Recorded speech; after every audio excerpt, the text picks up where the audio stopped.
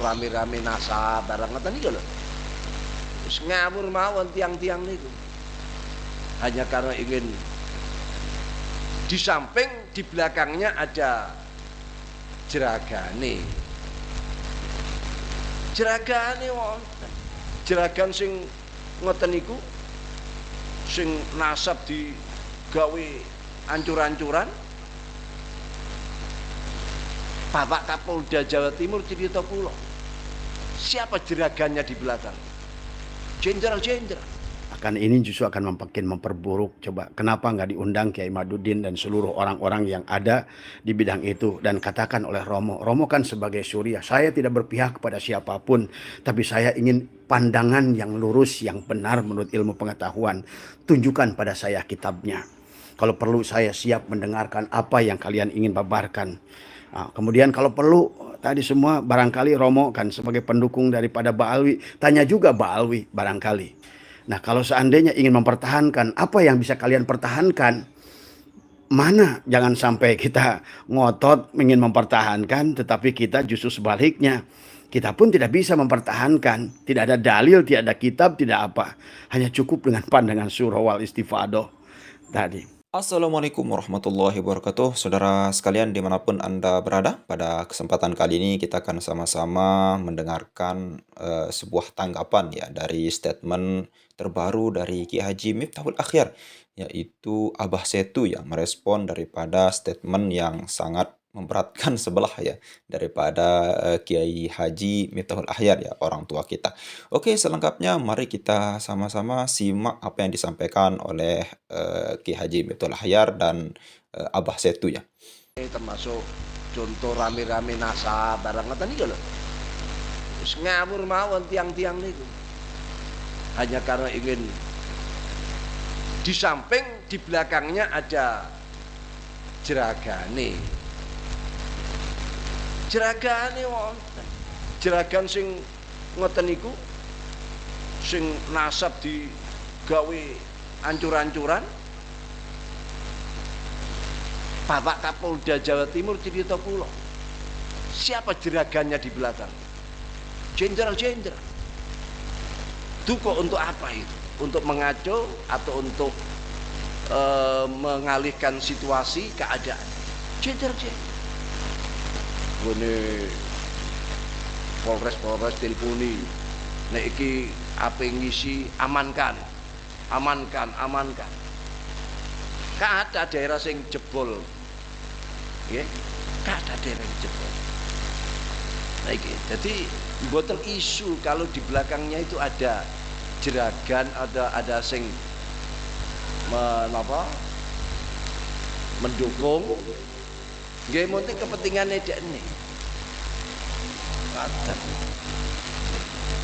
Kula nggih pun usul temen Kapolda Barang. Pokoknya ngundang iki nek bahas masalah nasab misalnya wis aja diberi. Baik yang satu lawannya, baik yang ini sama-sama tidak, jangan diberikan. Kalau bahal kenapa akan terjadi kekhawatiran kisrolan, terjadi apa? Terjadi keributan. Lalu keributan massal kasus 1998 akan bisa terulang, bahaya. Akhirnya terjadi menjadi sebab Pak Harto turun nih kalau kasus nih kalau rame nih. Ini ada yang merancang ke sana, merancang untuk keributan seperti 1998. Ingatan itu diumbar, bahkan didekengi. Terus itu bagian dari ketamaan juga, keinginan, ya. Keinginan coba awake terkenal, awake cekne anu. Tapi yakinlah bahwa Quran pun dawuh, fa ammaz zabatu fayadhabu jufa'a wa amma ma yanfa'un nas fayamkuthu fil ard. Itu ibarat buih. Napa buih ini? Untuk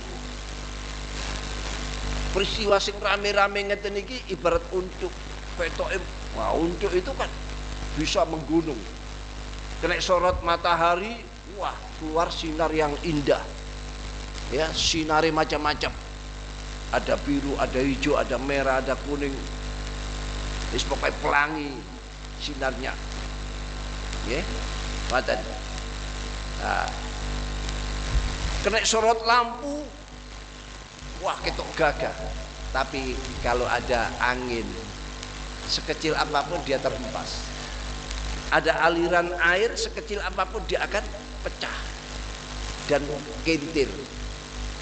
Bahkan ono kayu nduk pinggire kalen cilik. Ya, dilewati sampai untuk niku, untuke kan kantil. Nah, jangan sampai kita kaya untuk niku. Ketoke gede tapi mudah diumbang-ambingkan, mudah dibuyarkan, dikocar-kacirkan, diaduk-aduk oleh orang lain. Caranya apa? Ayo kita yakin ilmu itu al-hukmul jazim layak balut taghayyur. Keputusan yang mantap yang tidak bisa dirubah-rubah. Kayak sakniki awan. Napa ana sing wani sakniki niki ngarani iki isu. Tak bayar. Ngacung wis tak bayar. Ya. Tapi sampean akan divonis oleh masyarakat nek sampean ngarani ini isu walaupun oleh bayaran iki wong iki anyaran iki. Enggak.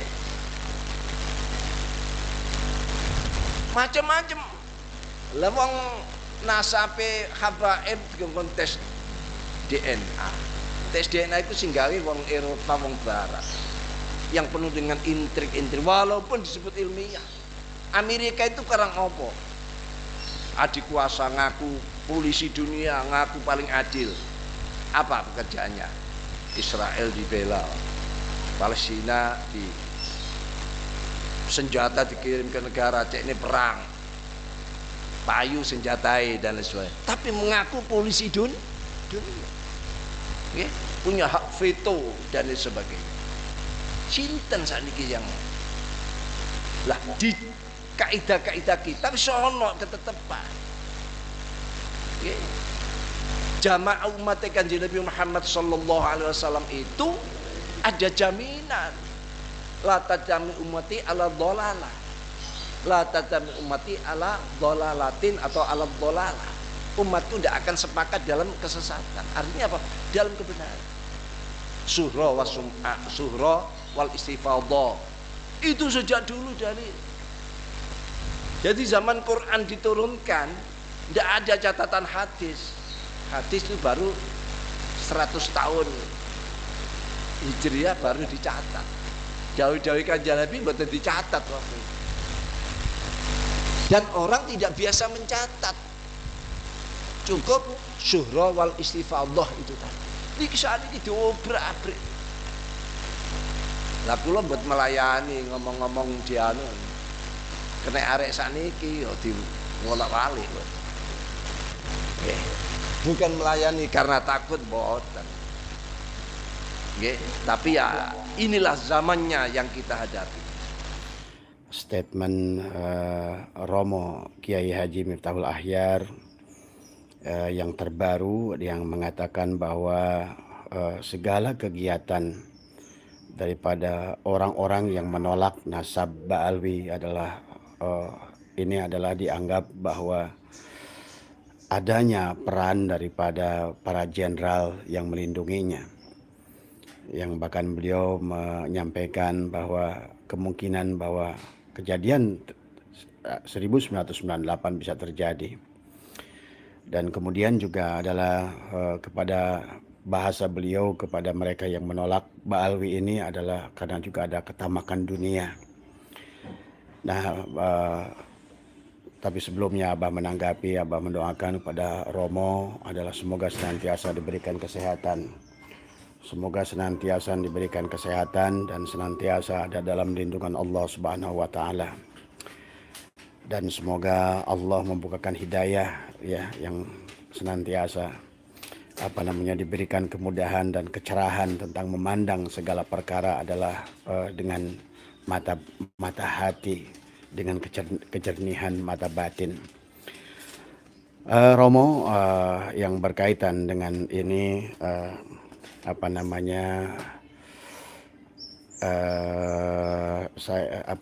saya ingin berbagi sedikit ya tentang kejadian yang ada sekarang ini adalah saya Abah tidak ingin berkata-kata yang kurang baik kepada Romo ya. Tetapi jelas Romo itu lupa ya. Barangkali Romo itu sebagai rois dari sebuah organisasi yang begitu besar ya, yang sangat berperan membangun peradaban di Nusantara ini. Bahkan ulama-ulamanya menjadikan rujukan dimanapun berada di seluruh dunia. Nah, saya sebagai orang NU, orang tua saya, kakek saya adalah sedih sebetulnya mendengarkan pernyataan Romo, dan Romo selalu lupa ya. Silakan sebetulnya setiap orang boleh bicara, tetapi pada saat kita memiliki kedudukan, memiliki jabatan, apalagi jabatan itu adalah jabatan tertinggi di sebuah organisasi adalah PBNU, maka itu akan menjadikan sebuah hujah ya, dalil kebenaran kepada orang-orang bahwa sesungguhnya apa yang dikatakan Romo itu adalah satu kebenaran ya. Tetapi kalau seandainya barangkali Romo mau sedikit berdiskusi dengan Kiai Mustafa Bistri, berdiskusi dengan Kiai Marzuki dan sahabat-sahabat kita di Nahdiyin, sebetulnya barangkali banyak masukan yang bisa Romo terima. Terlebih lagi adalah Romo adalah rois PBNU barangkali, dan kemudian Kiai Madudin juga adalah sebagai pengurus NU wilayah. Seharusnya barangkali ini kembali ya, Romo itu punya hak untuk memanggil siapapun ya, untuk meminta tabayun, penjelasan ya sesungguhnya, daripada terus adalah membuat statement-statement yang dengan menuduh. Tempo hari adalah menuduh bahwa orang yang berada di balik ini adalah Khawarij, orang yang di sebalik pembatalan nasab ini adalah Wahabi, orang yang dibalik semua ini adalah liberal. Kemudian sekarang adalah Romo menyampaikan bahwa orang yang di sebalik ini adalah dilindungi oleh jenderal. Kenapa nggak disebutkan jenderalnya siapa gitu kan? Kalau memang ada jenderal, kenapa nggak disebutkan siapa jenderalnya ya? Nah inilah yang saya sayangkan, dan juga kenapa landasannya selalu kepada syuhra wal istifadah. Dan sesungguhnya saya percayalah Romo itu paham tentang syuhra wal istifadah. Kenapa sesuatu itu disebut syuhra wal istifadah? Tetapi kenapa juga tidak mau sedikit ya, ini kan walaupun syuhra wal istifadah Romo, selama pandangan manusia, barangkali kita sama-sama lah di pondok mengkaji berbanyak ilmu dari bagaimana dari sejak Imam Mujtahid ya, dimana sesungguhnya pandangan manusia kepada segala sesuatu itu adalah tidak akan selalu mutlak Romo ya. Sebagaimana Imam Ghazali ya, kalau saya pelajari dari kitab beliau, dari sekian puluh kitab beliau yang saya pernah aji beberapa belas kitab ya, bagaimana sesungguhnya beliau itu, kalau beliau sendiri adalah dalam pandangannya itu adalah selalu pandangannya dibatalkan oleh dirinya sendiri. Ya kita lihatlah dalam kitab-kitab Imam Ghazali, dari mulai Bidayatul Hidayah, Nihayatul Hidayah, kemudian juga Wasiatul Mustafa, kemudian juga Ayyuhal Walad, kemudian Mishkatul Anwar dan lain-lain ya. Kemudian kalau saya mempelajarinya, ternyata Imam Ghazali sering berubah-ubah ya tadi semua, di mana kitab yang berikutnya itu menutupi atau menjelaskan atau barangkali menambahkan segala perkara dalam pandangan ini ya. Maka sesungguhnya walaupun adalah pandangan kepada Habib ini syuhra wal istifadah, walaupun tidak ada satupun kitab yang mengisbat mereka syuhra wal istifadahnya menurut pandangan ulama yang mana tadi semua, apakah pada saat itu para fuqaha saja atau termasuk muhaddisin, hukama, mufasyirin dan seluruhnya. Tetapi kenapa harus selalu bertahan pada syuhra wal istifadah tanpa sedikit pun tidak mau membuka ranah kecerdasan Romo sendiri dan kita semua yang ada di abad ini, yang mana saat ini Romo segala sesuatu itu tidak bisa disembunyikan, ya. Maka segala ilmu di seluruh dunia ini sekarang ini mudah dipelajari. Segala pengetahuan di seluruh dunia ini, bahkan sekarang ini dengan adanya Google, ya maaf ya, walaupun ya kita bukan berarti kebenaran itu ada pada Google, tetapi sekarang ilmu pengetahuan itu apakah itu ilmu sejarah, apakah itu ilmu segala ilmu ada, tinggal kita memverifikasinya, kemudian kita meng-cross checknya dengan. Tetapi kalau yang saya ingin sampaikan adalah Romo, bahwa pandangan manusia itu tidak akan selalu tetap, ya.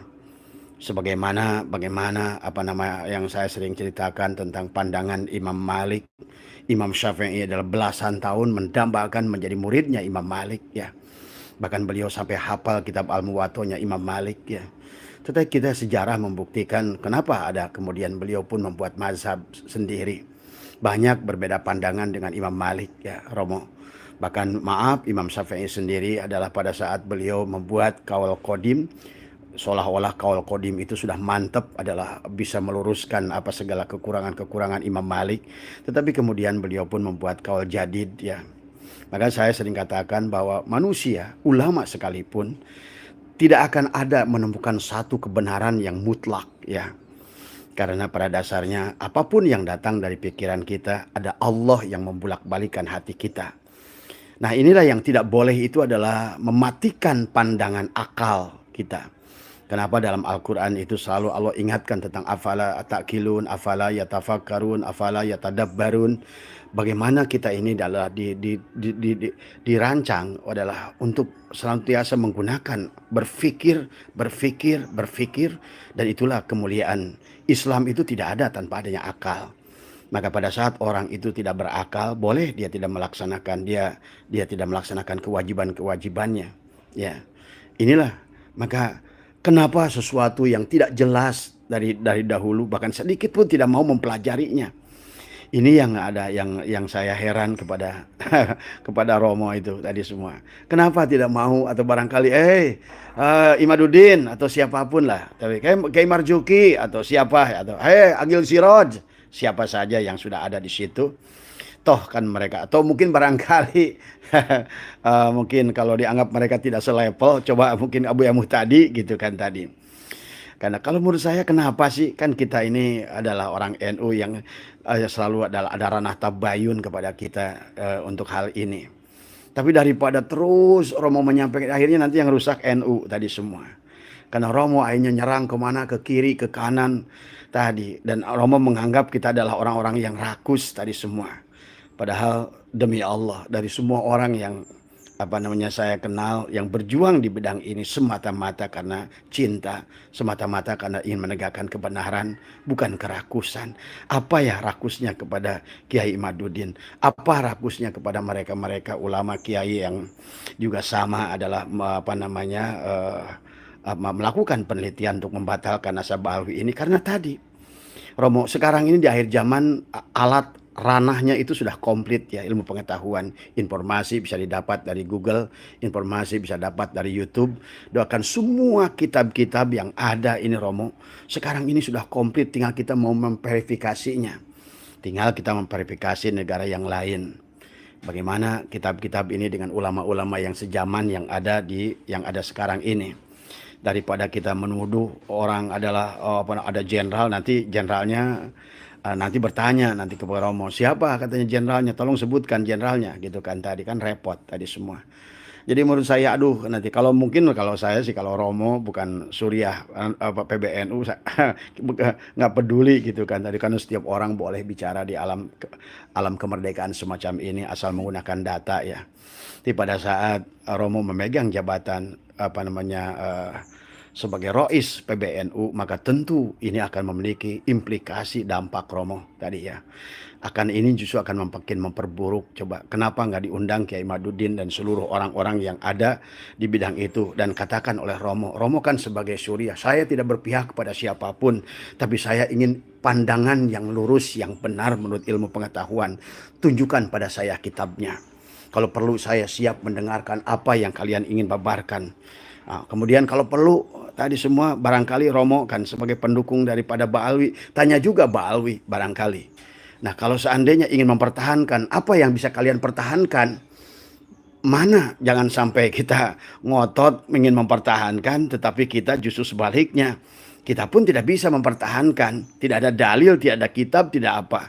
Hanya cukup dengan pandangan surah wal istifadoh tadi. Nah, inilah ya akhirnya yang kami sebagai anak-anak Romo, kami semua adalah kaum Nahdiyin dimanapun berada adalah sangat menyayangkan. Semoga lah ini karena kalau seandainya kalau saya yang bicara nggak berpengaruh Romo, karena saya bukan siapa-siapa dan saya tidak punya jabatan, saya juga tidak punya ilmu dan apa. Tetapi saya sebagai anak, sebagai rakyat, saya ingin bicara pada Romo. Karena menurut saya dengan apa yang disampaikan Romo itu terlalu berat sebelah, dan saya memahami kalau Romo punya menantu Habib tadi semua. Tapi kembali bahwa kebenaran adalah harus kita tegakkan.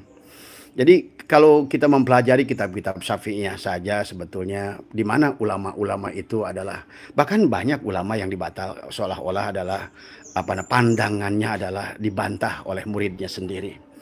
Kasus Imam Sya'rani dengan Imam Ali Al-Khawas adalah demikian. Gimana Imam Ghazali adalah meralat, merevisi apa pandangannya di kitab-kitab beliau sebelumnya. Karena pandangan manusia itu terbatas, ya. Apalagi ini tidak ada surah wal istifadoh yang benar-benar ijma yang disepakati saat itu. Tidak diisbat di dalam kitab atau dalam apa.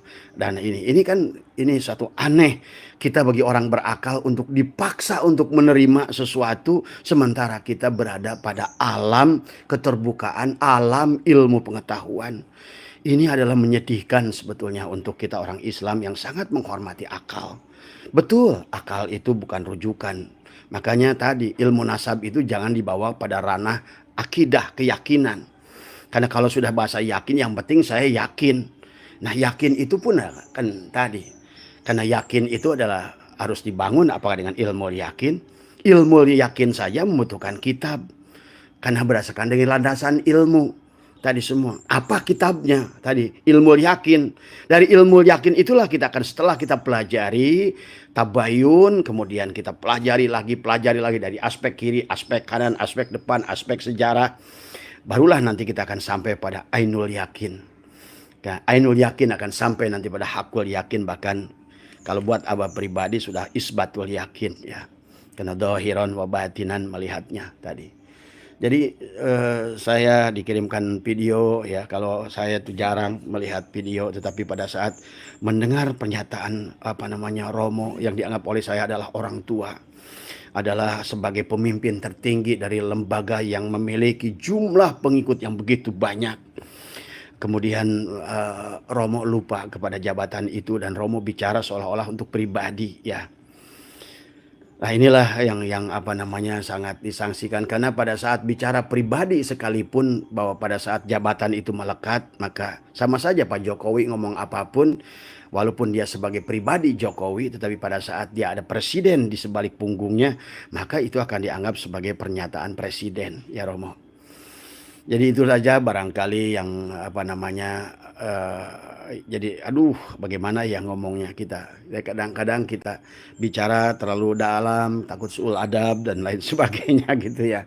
Tetapi kita juga sedih mendengarnya gitu, dan ini akan terus mengambang kalau seandainya hal demikian hanya terus menyampaikan penuduhan tetapi tidak pernah ingin menanya kepada kami, kepada semua.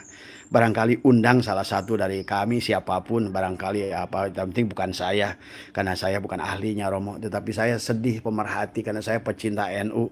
Saya ini ini orang bodoh yang senantiasa ingin merasakan kedamaian ini semua.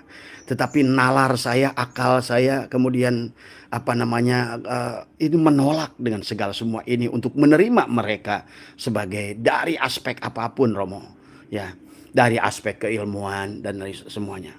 Bahkan maaf juga tadi ya, kalau saya baca sejarah sesungguhnya sedih Romo kepada orang-orang yang masih melaksanakan manakib Sultan Aulia Syekh Abdul Qadir Al-Jailani. Ternyata setelah saya baca sejarahnya, mereka juga pernah membatalkan ada nasab Syamsul Qadir Al-Jailani, bahkan mereka mengatakan Habib siapa itu namanya Ja'far itu lebih mulia di akhirat, lebih tinggi di langit dengan Tuan Syamsul Qadir Al-Jailani. Bahkan juga mereka menghina Imam Syafi'i, bahkan mereka katakan Habib Zain itu lebih tinggi ilmunya dari Imam Syafi'i rahimahullah. Tetapi kan yang mereka sebutkan Habib-Habib itu yang hebat dari Tuan Syamsul Qadir Al-Jailani, nggak ada kisahnya, nggak ada sejarahnya, nggak ada kitabnya, bahkan nggak ada amaliyahnya. Ya sama saja orang yang sekarang menolak, yang menerima Ba'alwi aja manakibnya Sultan Aulia Syabdul Qadir Al-Jailani. Karena kita adalah bermazhab Syafi'i, kita pun tetap semua rujukan fikih kita adalah kepada Imam Syafi'i. Tapi Imam Syafi'i sendiri adalah dianggap adalah orang yang rendah ilmu pengetahuannya dibandingkan Habib Zain tadi. Jadi kalau menurut saya ya Allah ya Karim, nggak tahu harus bagaimana bicaranya, tapi inilah barangkali ujian kepada bangsa ini tadi semua. Semoga semuanya mampu menahan diri ya tadi, tetap kita menghormati orang tua kita.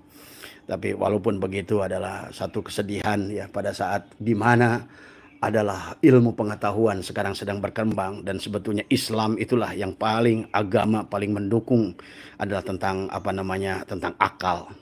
Itulah kenapa orang dikategorikan antara taklif itu dan belum taklif itu berdasarkan adalah kesempurnaan akalnya.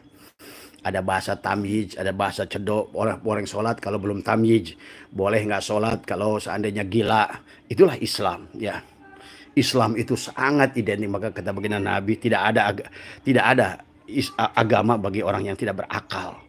Nah inilah berarti kalau sekarang memang bukan kita bersandar pada akal, tetapi pada ranah tertentu kita harus mengimani adalah dengan akidah. Tapi pada saat ranah akal itu juga justru jangan dibawa kepada akidah. Karena kalau menurut saya, karena bab nasab ini adalah sesuatu, adalah bagian pan sejarah, adalah merupakan bagian dari pan ilmu fikih. Bahkan ilmu fikih pun tidak apakah masuknya dia. Saya pernah diskusi apakah ini fikihnya ini muamalah, apakah fikihnya ubudiyah. Masukin ubudiyah juga bukan, muamalah juga bukan. Itulah maka ilmu nasab itu adalah seolah-olah barangkali ya tadi semua adalah sebuah ilmu pan khusus yang mana ilmu pengetahuan lebih berkuasa di dalamnya, lebih banyak. Karena segala yang berkaitannya dengan ranah akal ini akan terus berkembang sesuai dengan tingkat kecerdasan manusia. Maka itulah kata saya juga dalam bab fikih ini akan banyak berubah karena ruang dan waktu ya. Maka itulah kenapa yang saya pernah ceritakan bahwa sekarang ini dalam bab qasar pun, bab sholat pun, karena saya mengalami ya terbang dari Singapura ke Cina, dan sebetulnya kita terbang pada saat menggunakan pesawat dengan kecepatan supersonik itu adalah melawan cahaya. Sehingga terkadang kita berangkat duhur, sana pun duhur lagi. Akhirnya waktu sampai di Cina, karena fikih itu mengikuti ruang dan waktu, saya pun sholat duhur lagi di Cina. Nah ini banyak hal-hal, maaf lagi contoh. Sekarang ini karena kita sudah tentang ruang dan waktu itu begitu mudah ya. Saya ada di Paris waktu itu, waktu duhur, dan sahabat saya, jemaah saya sedang melaksanakan tahajud jam 2 pagi. Dia bilang saya sedang berada di 1/3 malam terakhir. Wah, saya bilang enak kalian bersama Allah, karena Allah turun di 1/3 malam terakhir. Sementara saya di sana di Paris jam 12 siang, pada saat orang lagi makan siang. Nah inilah fikih ini akan berpengaruh pada ruang dan waktu ya. Fikih ini akan berpengaruh pada dengan ruang dan waktu ya.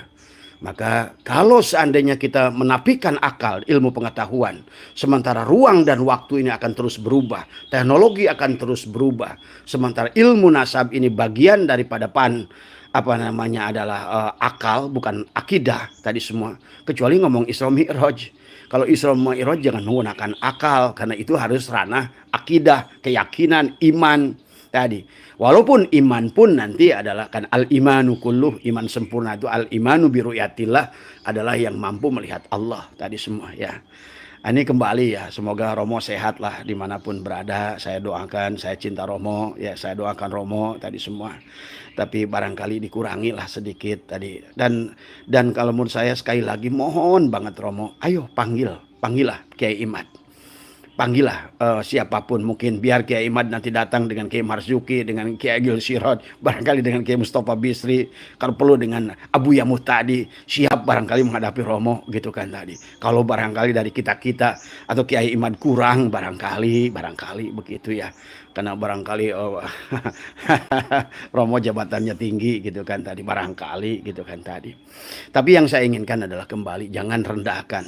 Karena kalau menurut saya Romo Habib ini sudah sebaliknya adalah untuk memberengus adalah akal manusia dengan doktrin-doktrin yang sesungguhnya semakin akhir zaman nanti akan makin berbenturan dengan anak muda kita.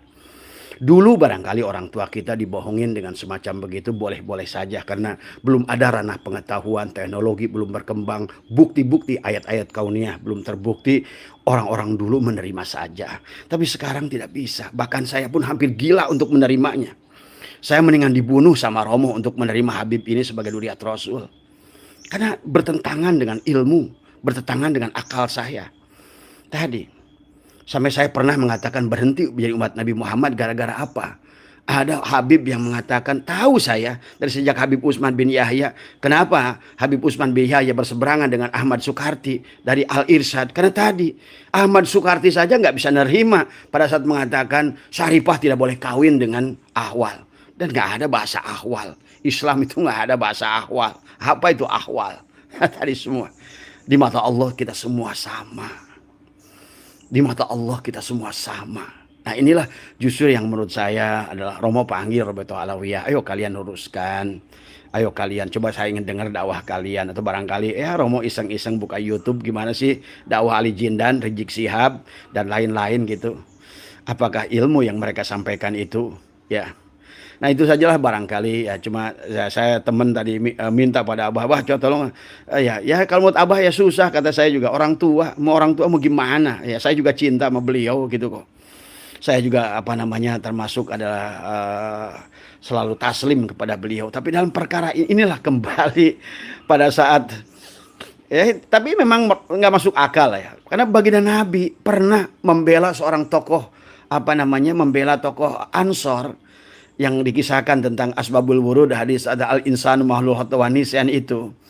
Pada saat Nabi berpihak secara hatinya. Kenapa? Karena ini anak teman gue ini, kata Nabi. Tadi jenazahnya ditiduri oleh seorang pemuda. Ini kan kisahnya begitu. Tadi semua, tapi Nabi disitulah sampai ditegur oleh Allah, ya Muhammad, pemuda itu aku yang menciptakan. Kau tidak berhak menentukan hukum untuk dia. Ini adalah pelajaran kepada kita bahwa sekelas baginda Nabi pun sahabat bisa salah tadi semua. Ya untungnya baginda Nabi kalau salah langsung ditegur, diingatkan gitu kan tadi. Tadi sampai Nabi pun adalah itulah muncullah kalam beliau bahwa manusia itu tepat lupa dan salah ya Romo. Jadi kalau seandainya Romo merasa paling benar tadi semua ataupun Habib ini dianggap sudah benar, ya sudah mari kita duduk sama-sama. Romo sebagai orang tua, sebagai wasit. Saya rasa cukup Kiai Madudin adalah Romo panggil, sudah paham pasti Romo. Atau saya juga sangat cinta dengan Kiai Nur Ihya. Tadi beliau pun sangat cerdas, silahkan tadi semua. Kalau guru gembul jangan, kalau beliau bukan untuk sekelas dengan Romo tadi ya. Mudah-mudahan bisa difahami, sehat semua Romo ya tadi semua tadi. Mudah-mudahan sekali lagi saya cinta dengan Romo dan semoga Allah memudahkan Romo bisa saya tidak maksud saya untuk Romo untuk menerima apa yang dilakukan oleh Kiai Madudin, tapi minimal tasawur dulu. Jangan dulu lari kita dianggap bahwa ada pocong ternyata daun pisang gitu kan tadi. Apakah kita ini mau menolak ataupun menerima tasawur? Setelah tasawur silahkan Romo berpegang, silahkan tadi semua. Sebagaimana Kiai Madudin dan kita pun berpegang. Ya sana udah jadi ranah khilaf kalau sudah di sana. Tapi bagaimana disebut ranah khilaf kalau tidak pernah melakukan sebuah tabayun, melakukan sebuah proses tasawur, langsung saja cek aing hejo. Itu yang susah tadi semua. Kata gua kuning, ya itu yang susah tadi semua. Sementara di akhir zaman ini tidak bisa kita demikian. Semoga semua sehat ya sahabat. Jadi sekali lagi jangan terlalu kepada orang tua kita kembali lagi. Jadi biasa tadi semua. Jadi nggak usah juga terlalu dengan disebarkan di YouTube-nya gitu kan. Tadi ini juga YouTuber juga sama.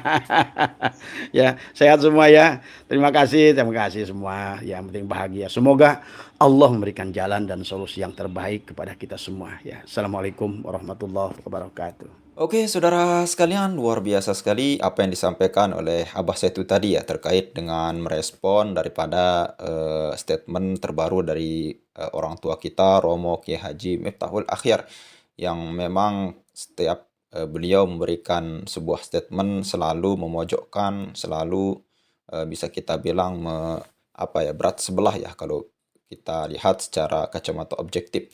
Sungguh positif dan sungguh sopan akhlak daripada Abah Setu ya saudara sekalian terkait dengan menanggapi statement orang tua kita yaitu Ki Haji Miftahul. Nah, terkait dengan hal itu ada beberapa hal yang sangat penting sekali untuk kita bahas pada kali ini terkait dengan apa yang disampaikan oleh Ki Haji Miftahul Akhyar dan Abah Setu ya terkait dengan hal ini. Yaitu yang pertama kata Kiai Haji Miftahul Akhyar yaitu isu nasab ada backingannya para jenderal-jenderal yang punya kepentingan. Nah, ini hal pertama yang sejak ramai-ramainya isu nasab ini saudara sekalian ternyata Kiai Haji Miftahul Akhyar menganggap bahwa Kiai Haji Maduddin dan kawan-kawan itu ada backingan ya.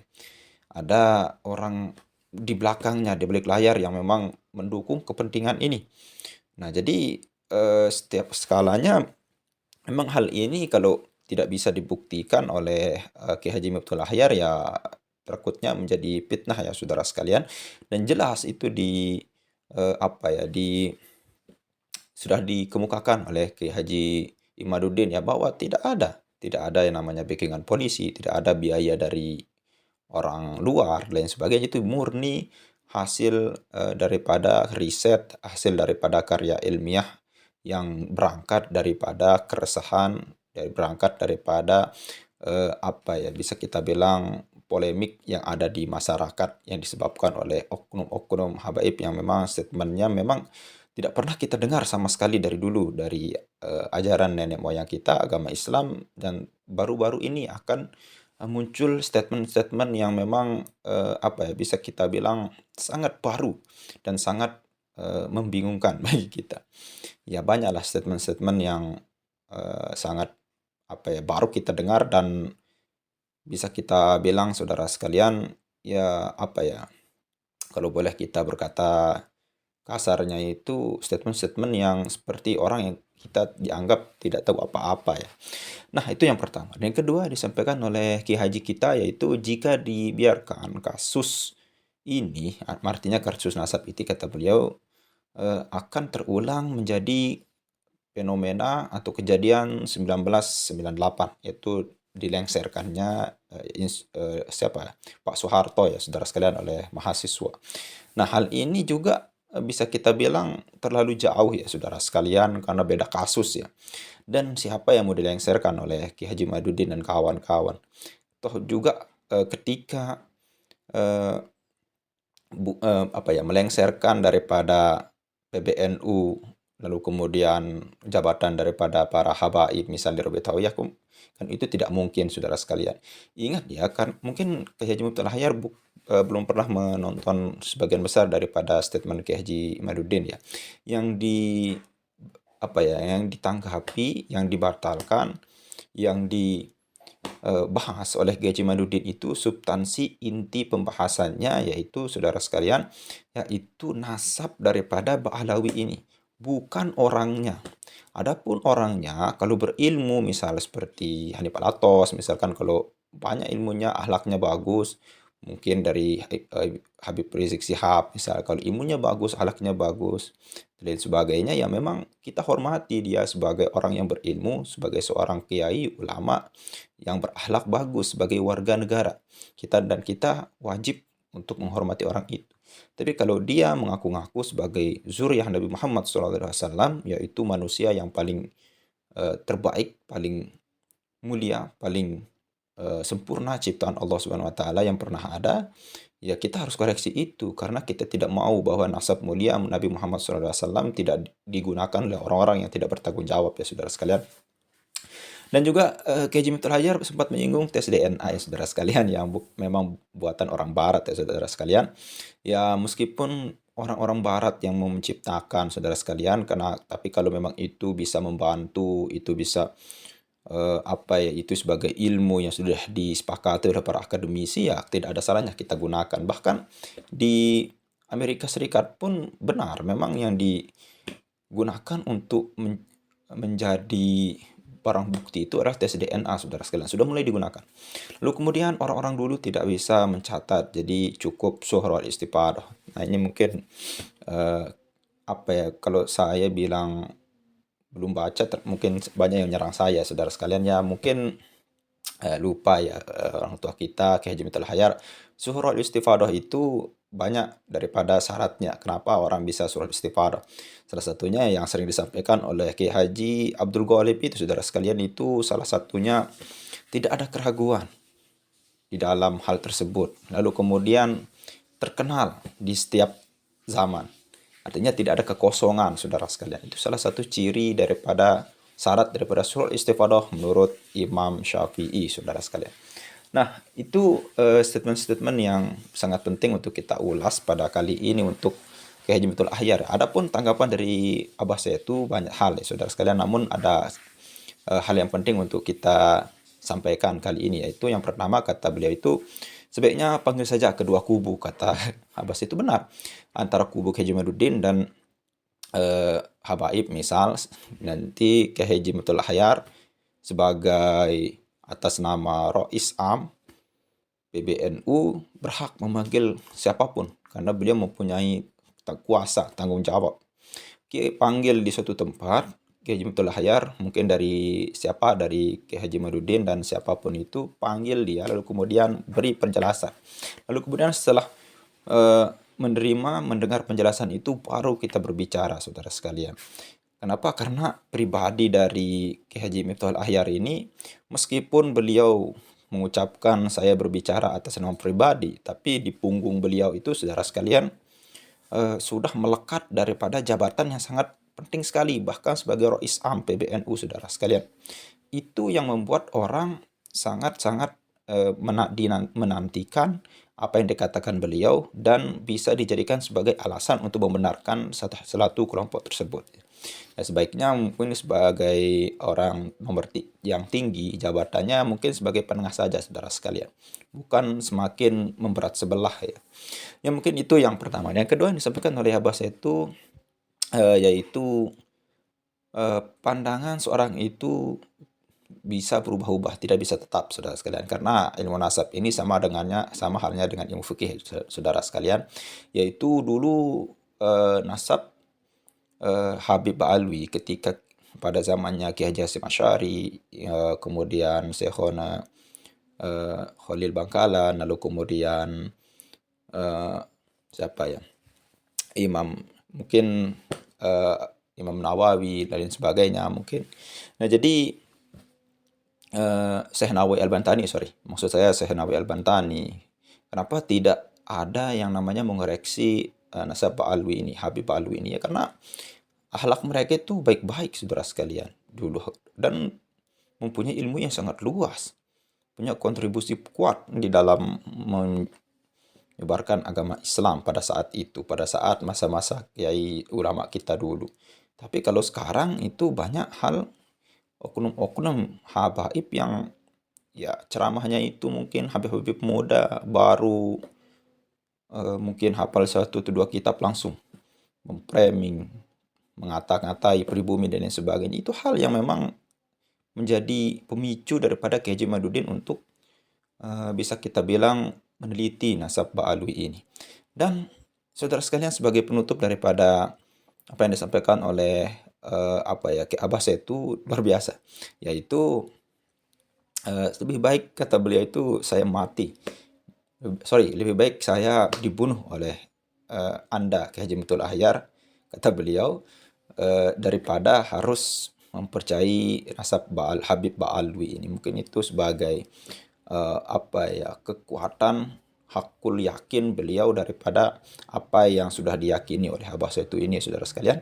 Oke, mungkin hanya itu saja. Mudah-mudahan Ki Haji Mitwal Ahyar, lalu kemudian Abah Setu, Abah Insinyur Asep Setiawan ya, Ki Haji Insinyur Asep Setiawan, sehat selalu ya, kedua kiai kita ini dalam membimbing kita di dalam mengarungi kehidupan pada masa sekarang ini, terutama pada Gen Z ya saudara sekalian. Oke, sekian. Assalamualaikum warahmatullahi wabarakatuh.